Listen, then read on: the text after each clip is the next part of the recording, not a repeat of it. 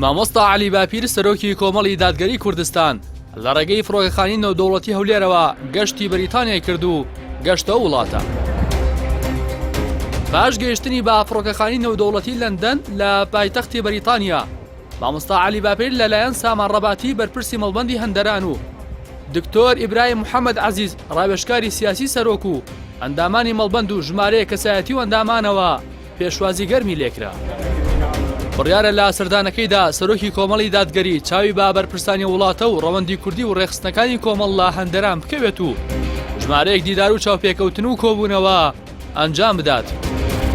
ئەم سەردانە یەکەمین سەردانی سەرۆکی کۆمەڵی دادگەریە لە دوای کۆنگرەی چوارەمەوە بۆ ئەو وڵاتە و تێدا گفتوگۆی پرسەکانی پەیوەست بە هەرێمی کوردستان و پەیوەندەکانی کۆمەڵی دادگەری و حکومەتی بەریتانیا و کاری حزبی و ڕەوەندی کوردی لە وڵاتەدا دەکرێت. ئەم سەردانەی مامۆستا عەلی باپیر پاش دیداری سەرۆکی کۆمەڵی دادگەری کوردستان دێت لەگەڵ جەیمس ثۆرنتۆن کۆنسۆڵی گشتی بەریتانیا لە هەرێمی کوردستان لە مەکتەبی تایبەتی سەرۆک لە شاری هەولێر. لەو دیدارەدا کۆنسۆڵی گشتی وێ ڕایدەربڕینی خۆشحاڵی خۆی با گفتوگۆکان بیرۆڕا لەبارەی دوایین پێشهات و گۆڕانکاریە سیاسیەکان و داهاتووی پرۆسەی سیاسی لە هەرێمی کوردستان ئاڵوگۆڕ کرابوو. هاوکات گۆڕانکاریەکانی کۆمەڵی دادگەری کوردستان لە دوای کۆنگرەی چوارەم تشکی خراپبوویە سەر و باسیش لە پەیوەندەکانی نێوان کۆمەڵی دادگەری و حکومەتی بەریتانیا لە ڕابردوو ئێستادا کرابوو.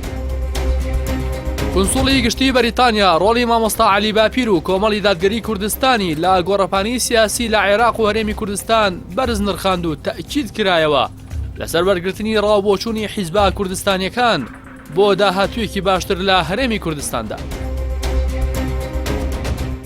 لە تویتێکیشدا جەیمس ثۆرنتۆن کۆنسۆڵی گشتی بەریتانیا لە هەرێمی کوردستان لەبارەی دیدارەکەیەوە لەگەڵ مامۆستا عەلی باپیر نووسیوێتی بەڕاستی دیدارەکەم لەگەڵ عەلی باپیر بەرز دەنرخێنم. پیاوێکی زانا کە بۆچوونی جێبایەخی هەن لەمەڕ پەیوەندی نێوان سیاسەت و ئاین. بڕیارە مامۆستا عەلی باپیر سەرۆکی کۆمەڵی دادگەری لەو سەردانەیدا ماوەیەک بمێنێتەوە و توندوتۆڵکردنی پەیوەندەکانی کۆمەڵ و بەرپرسانی بەریتانیا و ڕەوەندی کوردی لە سەرەکیترین تەوەرەکانی کاری سەردانەکەی دەبێت.